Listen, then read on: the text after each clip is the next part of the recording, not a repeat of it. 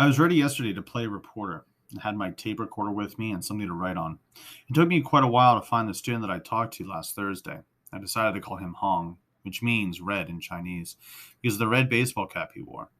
I searched for the red cap as soon as I located Renmin Daju, People's University banner.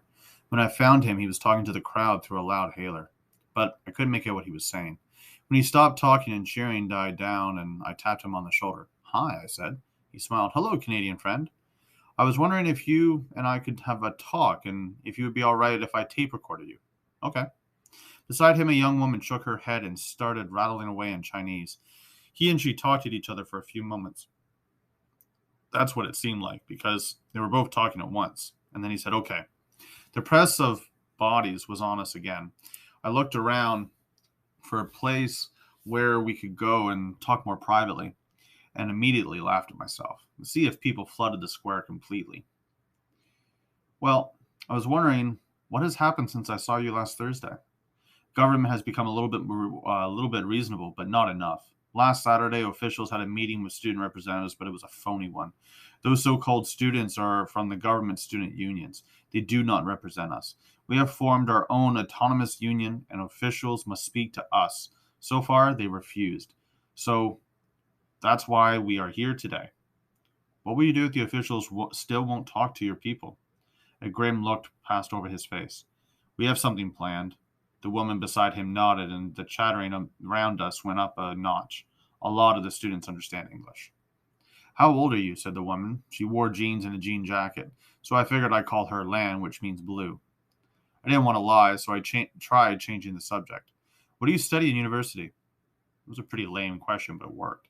She started talking about university life, and Hong threw in a remark now and then. Lan is 20, and she is from the Foreign Affairs University, where Chinese diplomats are trained. Hong is 23, a medical student. Lan told me what subject she studied and all that stuff, but I was more interested in some other facts. While I listened, I thought about Lao Zhu. I guess because I was hearing the same kind of stuff that Eddie was telling me about Lao Zhu's life. Everything is controlled. These students were being told how to run every part of their lives. For example, they weren't supposed to date. They couldn't get married. They had to go to political study classes every week. And if they stepped out of line, there are hundreds of thousands of others waiting to take their spots. No wonder they thought that no one listened to them. No wonder they were here. We talked a bit longer and then I said goodbye. That night on the news, we heard Zhao Jingyang. He had a speech later in the afternoon and said that he thought the situation would calm down and that there would be no turmoil in China. After the newscast ended, we all looked towards Lao Zhu, waiting for an interpretation. I was beginning to learn that the Chinese often speak in some sort of code so that they don't have to say things straight out. Lao Zhu looked worried.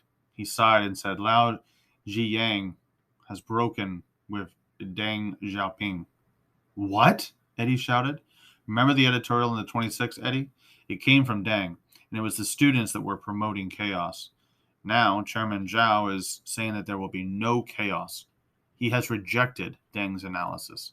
That means he has rejected Deng. The Communist Party now talks with two voices. That means trouble. Big trouble.